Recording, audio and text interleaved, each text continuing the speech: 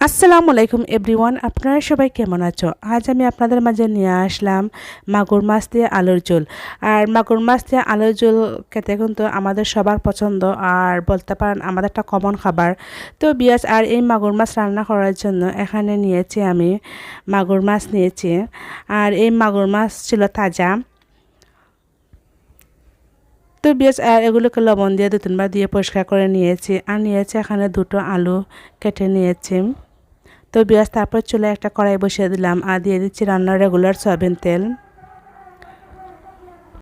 তেল গরম হয়ে আসলে দিয়ে দেবো 1 টেবিল চামচ রসুন বাটা। আর রসুন বাটা একটু নেড়ে চেড়ে একটু বাদামি কালার করে নেব, এতে করে যে রসুনের একটা গন্ধ থাকে সেটা চলে যাবে। আর দিয়ে দেব 1 কাপ পেঁয়াজ বাটা। আর পেঁয়াজের নেড়ে চেড়ে একটু সময় নিয়ে কষিয়ে নেব। আর দিয়ে দিলাম স্বাদ মতো লবণ। আর এতে করে পেঁয়াজটাও তাড়াতাড়ি কষে যাবে। তো বিয়াস, আর পেঁয়াজও কষিয়ে নিয়েছি। আর দিয়ে দিলাম 1/2 টেবিল চামচ হলুদ গুঁড়ো, 1/2 টেবিল চামচ ধনিয়া গুঁড়ো, 1 টেবিল চামচ মরিচ গুঁড়ো। আর অল্প পানি দিয়ে মশলা কষিয়ে নেব।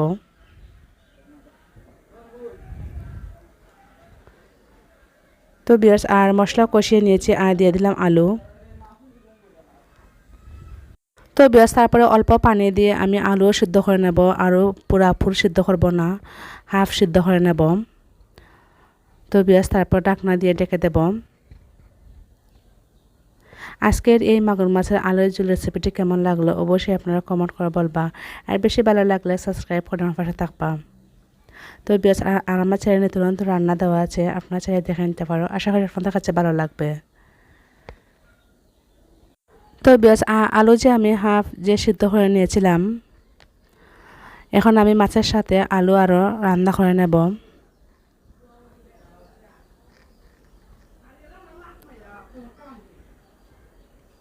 তো বিয়াস, আর মাছের সাথে আলুও কষিয়ে নিয়েছি।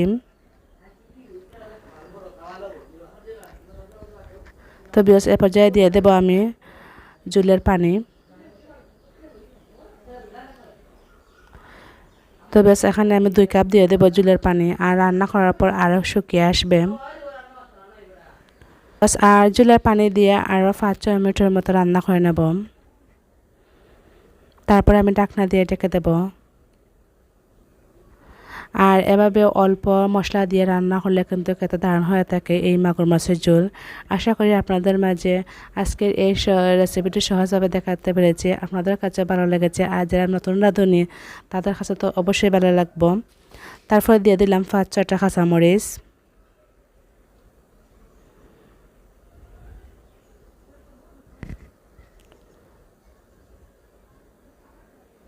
তো বিয়ার্স, আলুও সিদ্ধ হয়ে গেছে।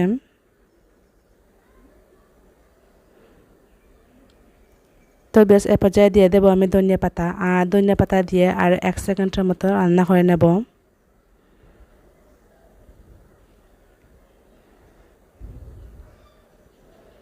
তো বিয়াস, তারপরে আমি ঠান্ডা করে একটা বাটিতে পরিবেশন করে নেব। এইরকম হয়েছে মাগুর মাছ দিয়ে আলুর ঝোল। আর এই মাগুর মাছ দিয়ে আলুর ঝোল কিন্তু আমাদের দেশে একটা কমন খাবার। আর এই আলু দিয়ে মাগুর মাছের ঝোল কিন্তু আমাদের সবার কম বেশি সবারই পছন্দ। তাহলে আজকের মতো এখানে বিদায়, আবারও আপনাদের মাঝে কোনো এক রেসিপি নিয়ে আসবো। আল্লাহ হাফিজ।